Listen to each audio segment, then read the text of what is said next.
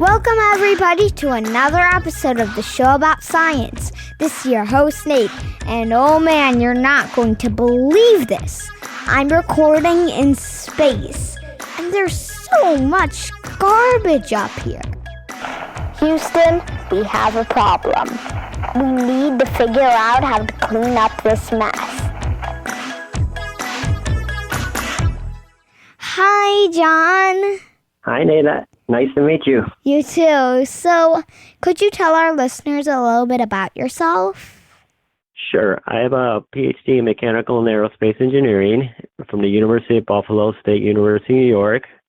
After I graduated, I went to work for NASA-Goddard Space Flight Center, just outside of Washington, D.C., and then I got an offer to come back to my alma mater, so I came back to the University of Buffalo.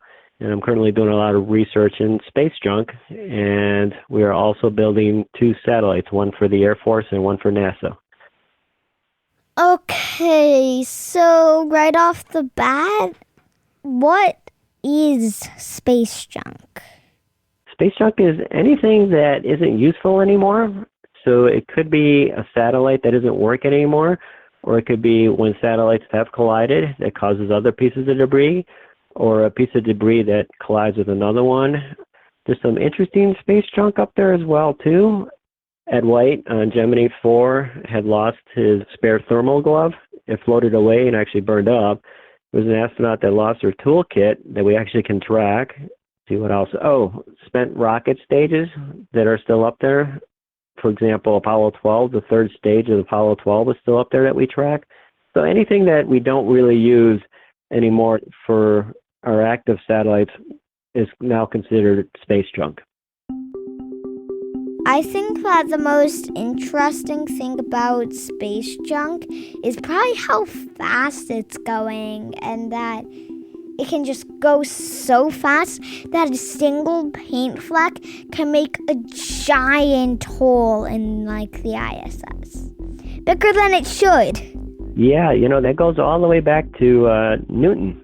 What Newton did was, when he was thinking about this, it wasn't the apple and the gravity, it was this exact problem. He imagined a cannon at a very high mountain, and then he asked himself, okay, if I fire a cannonball at a certain velocity, it's going to come back down and hit the Earth.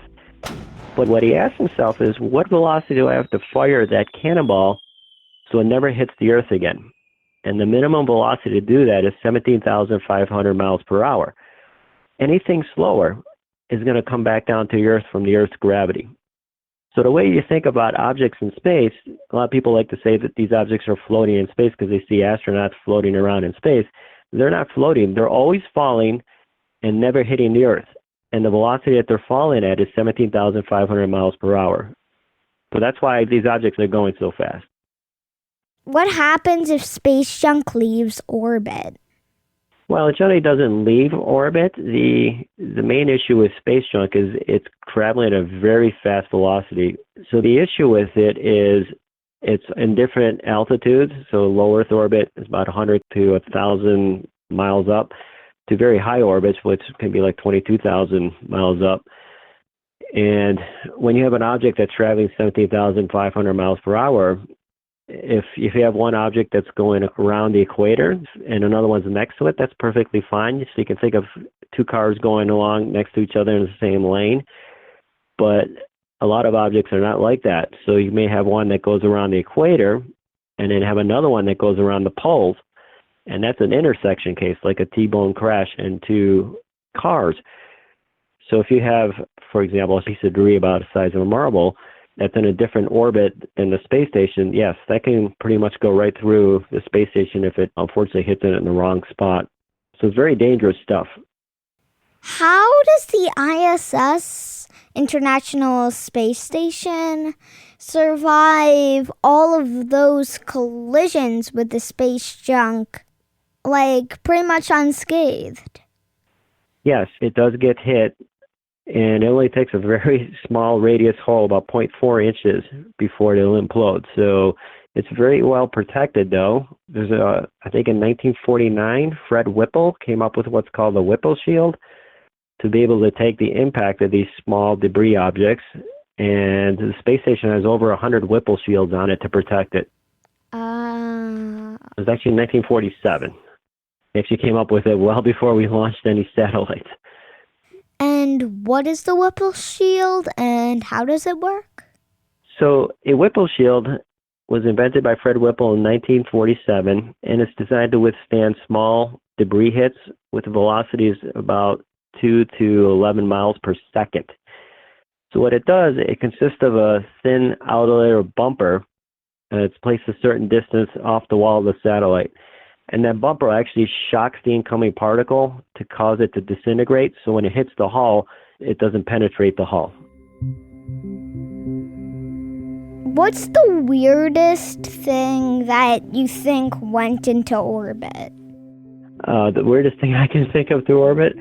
Well, there's some interesting ones in there. So you can actually, Gene Roddenberry did this, the creator of Star Trek. You can actually get buried in space in a lipstick-sized capsule. So you can pay to be buried in space. So I think that one's a little weird. Back in 2006, a Russian cosmonaut drove a golf ball off the space station as a stunt. So that's an interesting one. The one that was really interesting is in the old days of the space station, they used to dump the urine, your pee, when you go out, and they dump it outside, and it automatically crystallized, and you could actually see it from the ground. It looked like a little comet appeared in the night sky that people can see. There's a spatula that was washed as well, too. I think I like the urine the best. I wish that they still did that.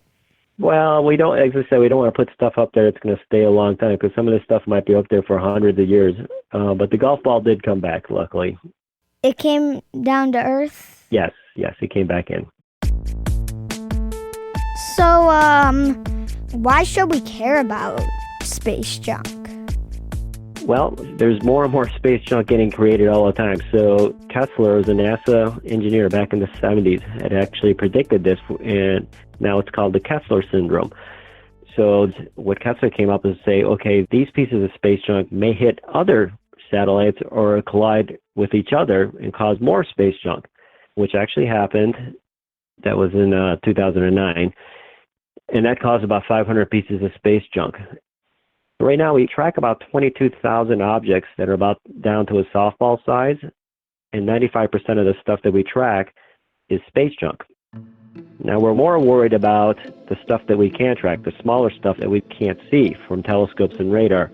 And again, those are traveling at very high velocities and maybe worried that someday an astronaut might be in peril because of it. It hasn't happened yet, but it is a possibility. Can we clean up all this space junk? Well, that's a very good question. The answer is we could, but it's going to cost a lot of money. So a lot of people have a lot of ideas on how we're going to clean up space junk.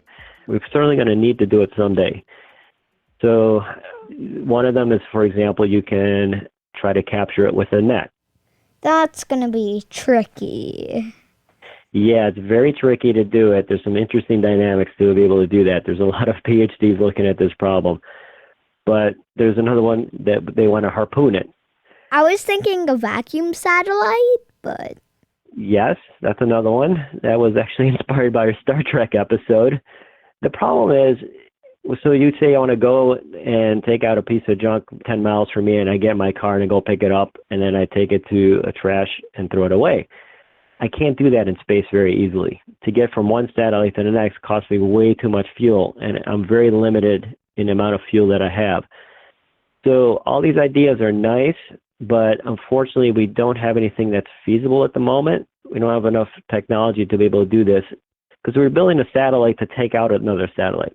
So that costs a lot of money. So if we do this, then we have to think about the overall cost to take out all these satellites. And right now it just costs way too much. Should we be worried about going into space with all the space junk flying around? Not yet, but if Kessler syndrome gets worse, the probability of collision, it's going to be a problem, yes. So I don't know how many years away we are from that, but eventually we're going to have to worry about it. Thank you for being on the show. Thank you very much. I really enjoyed your show. Take care. There you have it, folks. The show about science is complete. Music on today's episode comes from SoundsLikeAnEarful.com and the amazing Breakmaster Cylinder. Our theme music was composed by Jeff, Dan, and Teresa Brooks. Okay, Dad, you can shut the recording off. For the newest episodes of the show about science, download the Pin app or go to pinna.fm/promo.